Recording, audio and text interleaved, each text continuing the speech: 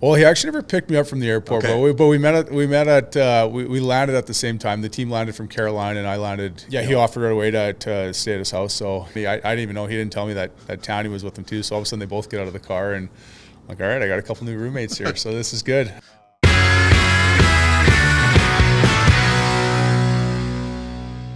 Pleased to welcome to the podcast one of the newest members of the Winnipeg Jets, Luke Schenn. Right to it. How much did knowing a large part of the coaching staff help you acclimate yourself quickly here in Winnipeg? Yeah, I mean, obviously that's an adjustment for sure. Anytime you get switch to a new organization, any familiar faces always helps for sure. And I mean, obviously playing, I haven't talked to Arnie or played from. This is almost like another lifetime ago. I think Right. It might have been probably 2010 World Championship. I'll have to go back and look the year, but a long time ago. And then obviously, Painter in LA briefly there when I had a short stint for, I guess 4 months or something like that. And then Dean is the most recently in Toronto. He was the D coach there, and I was there, for a few months with him too. So he'd be the most familiar guy and recent, I would say. But yeah, it's weird. I mean, I've played with a ton of teammates over my career, and a lot of different players, but never crossed paths with anyone off this team. And that was a new one for me. That might be the only team that I haven't known anyone like that. So it's been an adjustment, but everyone's been very welcoming that way.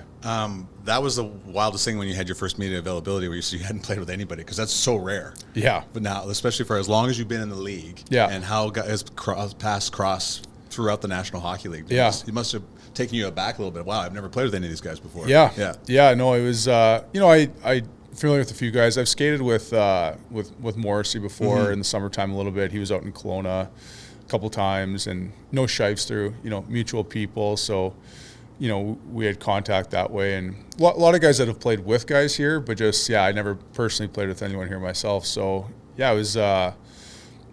Like I said, everyone is so welcoming, good group of guys, and that's not an issue. I have no issue kind of getting to meet guys and dive right in. Oh, so you talked about Mark Scheifele. He picked you up from the airport. Did you expect that after the deal was made that Mark Scheifele would be picking you up from the airport? Well, he actually never picked me up from the airport, Okay. but we landed at the same time. The team landed from Carolina, and I landed. I flew from Nashville to Minnesota through here. We just happened to land at the same time, and. He offered right away to stay at his house, so took him up on it. Beats being in the hotel temporarily, so we met at the house at the same time. And Townie, I didn't even know. He didn't tell me that Townie was with him too. So all of a sudden they both get out of the car, and I'm like, all right, I got a couple new roommates here, so this is good. And I've met Townie before. I think it was in the bubble when we were in Toronto together. I'd met him just kind of crossing paths, and when he was with Pittsburgh actually. So. That's all been great. We've kind of just, been hanging out. It's different lifestyle for me. I'm used to going home with, having a wife and 3 kids, and all of a sudden I feel like I got some time on my hands here, and I haven't had this in a long time. So it's been a strange transition, and go home and hang with those guys, and then at the same time, making lots of FaceTime calls. What's it like to have roommates again at the age of 35?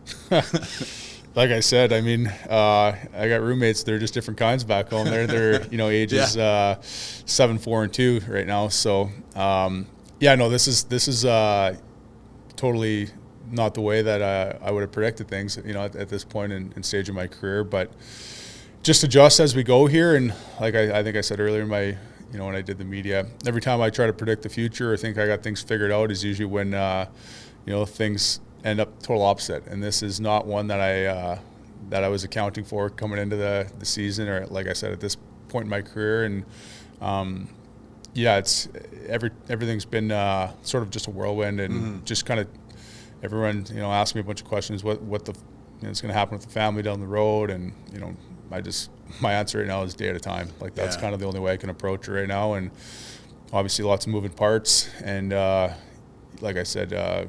Have a good support from everyone within the organization here. Well, let's look at it this way. Let's look at the human side of things. How challenging is it to leave a young family behind the way you've had to do right now?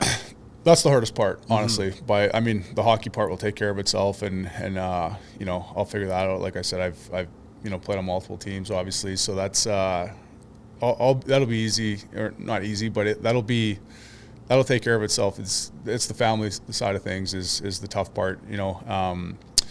My daughter just turned 2 a couple days ago, and then my boys are, they'll be 8 and 5 here in April. And, when I got traded, the whole family thing, over the last number of years has been always tricky. Like even when I got traded from Vancouver to Toronto a couple of years ago, I got traded, I think it was maybe 3 or 4 days before my wife was due with her third. So you can imagine how that goes with the stress. And then I stuck around for a couple of days and, ended up having to go meet the team in Toronto, and then I didn't want to be away from them at all. So we ended up, the Leafs were incredible. They got us, a great house, a great setup, flew them all out there. And, we took the kids out of school, then all of a sudden they get to Toronto, and you know how it is with, being a hockey player, especially down the stretch where you're at the rink quite often and, traveling, and then you got, playoffs where you're never around, and then, you take them out of their structure, out of school and, activities and friends and, how much stuff kids accumulate at home, and all of a sudden you move into a new house and they got nothing. And so we're like, well, we're not going to go down that road again. So, they're going to stay in Nashville and go to school there. And,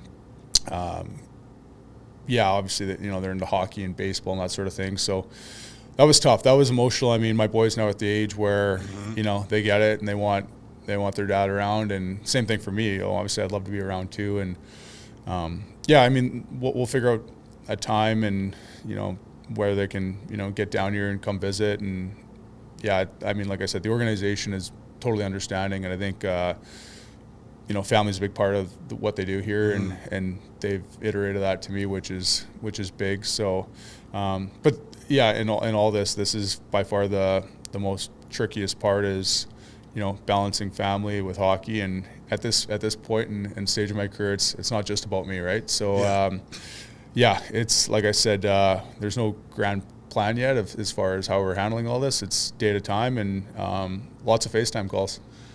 Now that you've gone through this before, but are you more empathetic to teammates and when new guys come in and stuff like that, because you understand a little bit of the nuances of having to move family and stuff like that? Has that kind of made you more empathetic? Not that you weren't before. Well, actually, what's funny, and I don't know how well it's been documented, but so when I was my rookie season, 18 years old in Toronto, we traded for Brad May. Okay. And he would have been 38 or 39 at the time. And I had a condo downtown Toronto with an extra bedroom. And he had got traded from Anaheim like halfway through the year. And I want to say he had like an 8 and 10-year-old daughter and son, and they were in school and activities and all that sort of thing. And what ended up happening was he came to practice the first day, and older veteran guy, 20 years older than me, and I went up to him in practice, just not even thinking. I'm like, hey, I got an extra spare bedroom if you want to come move in. And he's like, yep, I'll be there this afternoon. So I ended up Brad May ended up moving in with me, and we lived together for a few months. Yeah. Great dude. Great. I work with him at Sportsnet. He's the nicest guy. Yeah. So I'm like, fast forward here, whatever, it's been 17 years later, and I'm like, I'm now Brad May moving in with the younger guys here. So, was it wild sitting there having a guy so much older than you as your roommate? Well, he was, if you know Brad, he can talk to anyone and get along with anyone. And he was from, Toronto area. So he actually had family there, which is a difference, and buddies from like outside the team and hockey. So he was kind of out and about lots, but we hung out, we did dinners together. We'd go out for beers here and there, and old school guy where, he was enjoying. So tough. Yeah. His hands are huge. Yeah. He's as tough as they come, and just an unbelievable guy to be around. So, looking back, I didn't envision, being in this situation, but I remember how we handled it, and obviously that was for a short period of time too. But I think as far as I remember, his family came out a little bit and stuff like that too. You figure it out and make it work, and then we'll figure everything else out, I guess, this summer. The Winnipeg whiteout, often imitated, never equaled. Welcome to Winnipeg, Canada's hockey home. Hi, I'm Josh Morrissey, Morrissey rips and scores! and this is the Ground Control Podcast. So you've won 2 Stanley Cups. So that also, whenever somebody gets traded, a guy comes in the room, he's got Stanley Cup experience. He's won rings before. Did you I'm not sure how many teammates you've had before that have won cups. So how important, when you look at somebody that they've won a cup, what does that mean to you before you had won a Stanley Cup?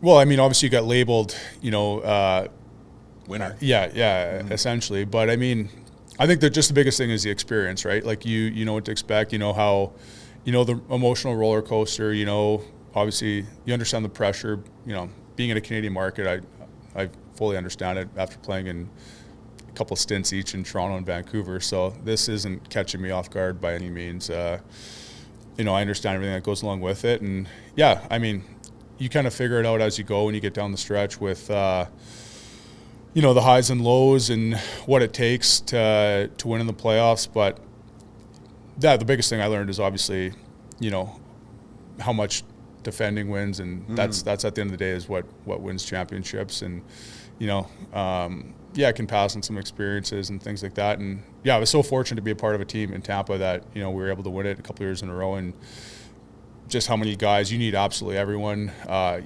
You think you have lines figured out, but guys go down with certain injuries, and you need other guys to step up. That's why depth is so important. You need obviously elite goaltending. You need just everything clicking at the same time, and just that total buy-in and doing whatever it takes to do it with one another. So I think it's going to be, and like I said, I'm not afraid to speak up and pass along those experiences. But as of right now, just we got to get there. It's nothing's locked in yet.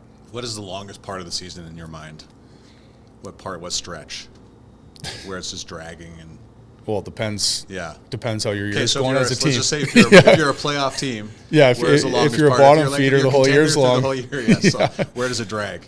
I don't even know if it drags the right word, because every day you come to the rink and you're trying to figure out ways to get better. If you're just looking ahead to what's coming in the playoffs, well, you're not going to be prepared for what's coming. I mean, that's a different level. So I think every day you come to the rink, the intention is with the mindset of trying to find ways to get better, and this game keeps you humble. So I mean, you might be thinking, okay, I'm in a good spot right now, and then you're in a game, and maybe you don't like a few things, so you come to the rink, you're practicing the next day, and trying to figure things out. And like I said, always figuring out ways to work hard, and I don't even know if I just think you got to continue to evolve day in and day out, and you're dealing with different things on a daily basis. So I mean, I don't know if drag's the right word, but there's no question it's a grind. You're always grinding, put it that way. So yeah.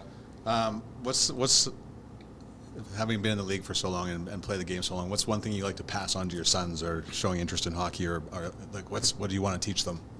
What's the important part of it? And like you said, it humbles you, but what's something else that they watch you daily that you kind of are glad about? Resiliency. Yeah. Perseverance, I guess. I mean, lots of times in my career where I've been written off or been down and out, and I think there's been a ton of adversity. If you would have told me the way that my career has gone coming into the league as an 18-year-old and being a higher pick, and you make the NHL at a young age, you're like, okay, well, I made it. It's going to be for the most part smooth sailing, and hopefully I become a Cup champ one day. But I mean, my career has been a total roller coaster, and I would have never predicted any of it. Like from even getting traded multiple times to after 700 something games, finding myself on waivers into the minors, commuting back and forth from Anaheim to San Diego every day, while balancing family, and then getting traded, going to Utica, and then signing in Tampa, and then a couple preseason games. They put me on waivers there. I go to Syracuse for a couple, and then in the same year you win the Stanley Cup, and you go back and we get the chance to win again. And I think at the end of the day, just finding ways to persevere and resilient, and kind of no matter what people are saying or thinking from the outside, I kind of always had some belief in really just not taking no for an answer. Okay, so that long path getting to winning the Stanley Cup, how great was it to raise the cup after everything you went through just to get to that short time frame leading up to Tampa? Well, I mean, yeah, obviously it's a dream come true.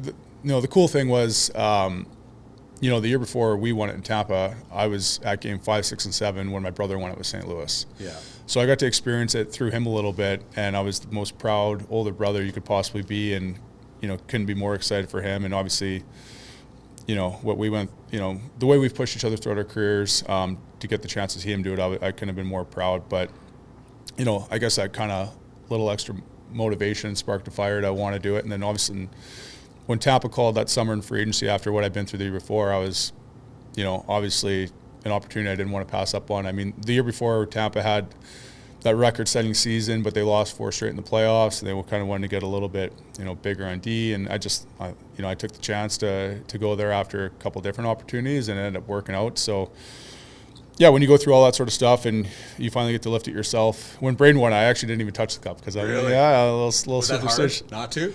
Well, I actually, in my back of my head, I'm like, well, probably the odds are might not ever get to touch this thing, but just in case, the old superstition is you don't touch it, right? So, I ended up working out and got to hoist it myself the very next year, and and at the end of the day too, it's when you win, or even people ask me about 1,000th game this year and stuff like that, that's sort of like the icing on top, but really it's about the journey that goes into it, what kind of you reflect a little bit, and it's for the people and the family around you to get to celebrate. I think that's the most important part, is when you have a great support system like I have with, obviously my wife and kids and parents and family and friends, to see how excited everyone is for you. That's kind of what makes it that much more special. If you go through it and you're doing it for yourself, that's, it's really not the same experience. Yeah, exactly. Empty. That's a good word.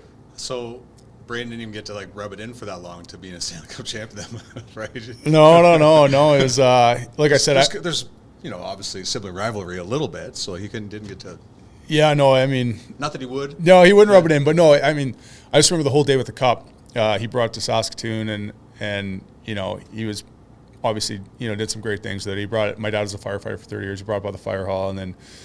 The sick kids hospital. The sick kids hospital, and then we had it just at the house for a bit, and then he had a big party and stuff like that. And I remember every single person there. He probably had, it's like a wedding, like a couple hundred people there, and everyone drinking out of it and holding it and taking pictures. And I was the only guy.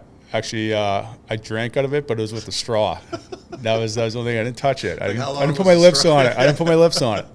So. It was. Did the straw make contact with the cup, though? That's the other part. It must have not. It must have not, right? It won it the next year. So, but anyways, no, I mean, obviously, like I said, I was so pumped to get to experience, his day with the cup, and couldn't have been more proud. And, obviously things were a little bit different the next year. We won it in the bubble, so that was like a totally different experience where, there wasn't people around, but then you get back to Tampa and Florida, where no one cared about COVID at all. I mean, it was nope. Yeah, so I mean, the parade was insane, and people could care less about what was going on. And then we actually got to win it next year with fans and all that. So he got to experience absolutely everything. That's amazing.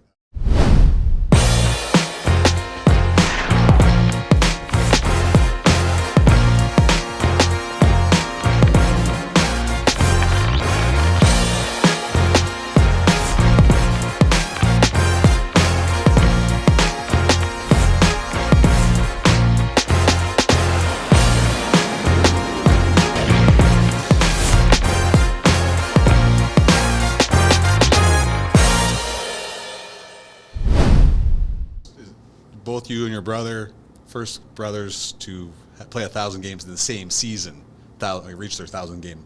How crazy is that? It's crazy. I mean, obviously we're just under 2 years apart.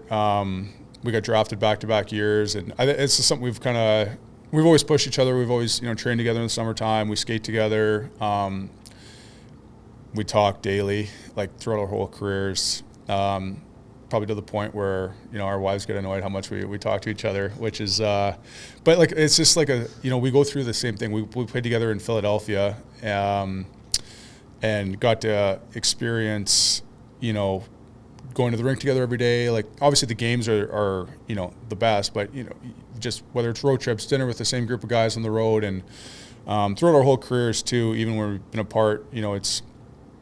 I'll watch. I love watching Blues games and see how he's doing. And if he's struggling right now, like I'll give him a call and be honest and just tell him how it is. Or sometimes you pump him up in that sort of situation. He'll do the same thing with me too. If I'm going through adversity or tough time, he gets it, right. We've both been around a long time, and and know exactly when a guy needs a little extra help or support, or when a guy needs a kick in the butt. And I think we're good for each other that way, and find ways to continue to evolve and push each other. And to do the 1,000th game in the same year and be the first brothers to ever to achieve that, it's for how long this game has been around. You can't even really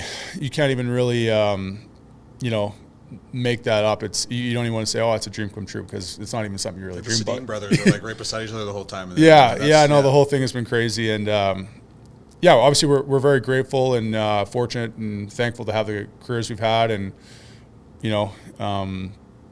obviously it's been around a long time, and I guess you need some longevity and breaks. You need a good support system, coaches, teammates, all that sort of stuff, family. It all goes hand in hand. So. Yeah, he just did it a couple weeks ago. He's actually having his ceremony and celebration this Sunday in St. Louis. So he actually surprised me and showed up for mine. Yeah. After a game, he flew out quickly and surprised me. Yeah. Because I looked at the photo, he wasn't in the photos of you guys on the ice and everything. That's pretty crazy how he showed up after. Yeah, he showed up to the party and surprised me. And I had no idea. He showed up because the Blues played I think it was a 6 p.m. game. Mm-hmm. So he quickly snuck out of there and had a set up to get down there in a hurry. And I was hoping to actually do the same thing. It would have worked out with the schedule for Nashville. And obviously now things have changed. Mm-hmm. But, he's got a ceremony this weekend, and it's going to be great. Proud of him. And like I said, I'm the proud older brother to get to do that with your younger brother in the same year. Okay, so you talked about one of the things you like to do is go out on the road with your teammates, get that opportunity coming up this road trip. Is that one of the first things check off the list as a Winnipeg Jet?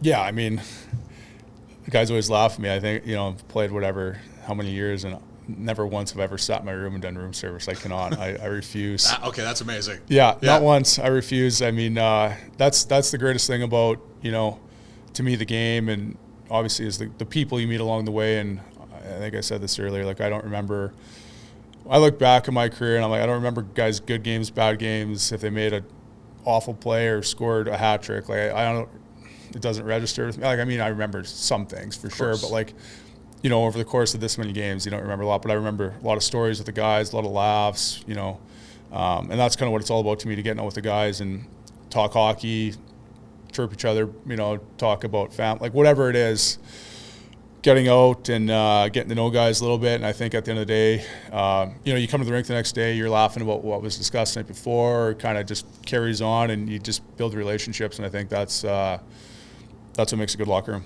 Played with a lot of great players. Do you appreciate somebody more when you play with them or against them? Oh, good question. As a player, when a guy's hard to play against. Mm-hmm. That's why I always think, you got a lot of people watching from up top and eyes. I'm talking people around the league, different scouts and management and stuff like that. But, players know. I'll just say that. They know if a guy's hard to play against, if a guy brings it and competes. And then when you play with them, they know who shows up every night. They know, what kind of teammate he is. They know how he practices. They know if you can tell if a guy's a phony or not. So I'll say that. You certainly know which guys are hard to play against every night. When you see the lineup the night before, going into warm-ups of who you're playing, which guys you got to be aware of, obviously skill-wise, but obviously guys that, are not going to back down. Some guys that you can push out a little bit. So, and then when you play with them too, over the course of a regular season, 82 games, look back, you know which guys are competitors and have the opportunity to win, or some guys that you can, that I don't know, bluff and might not be in the league for a long time. So, that's as a player, Okay, last one for you. What excites you the most right at this moment about being a Winnipeg Jet? Well, obviously where they are in the standings. Mm-hmm. Great team. Playing against them a few times this year. You look at their lineup and you're like, okay, well, exactly what we just talked about. There's no holes in the lineup, and guys that compete. Big, heavy team. Obviously, great power play, incredible goaltending. coming here too, obviously the one thing I've noticed too is like the structure and the details of where they're coached, and that's what gives you a chance at the end of the day to win. You know, you could have the most skilled team in the world, but if you don't play with that structure, you know, you don't really have a chance at the end of the day with playoffs, because that's what you fall back on when adversity hits. So, yeah, I mean, close group of guys here, and down the stretch, I mean, there's a lot of big games coming up, and obviously, you know, I've been here for only a few days, so I'll learn a lot as I go here. But like I said, it's not by accident where they are in the standings. They've obviously had a great year and been consistent, and saying that the biggest time of year is coming up. Welcome to Winnipeg, man. Thanks for your time. All right, thanks a lot.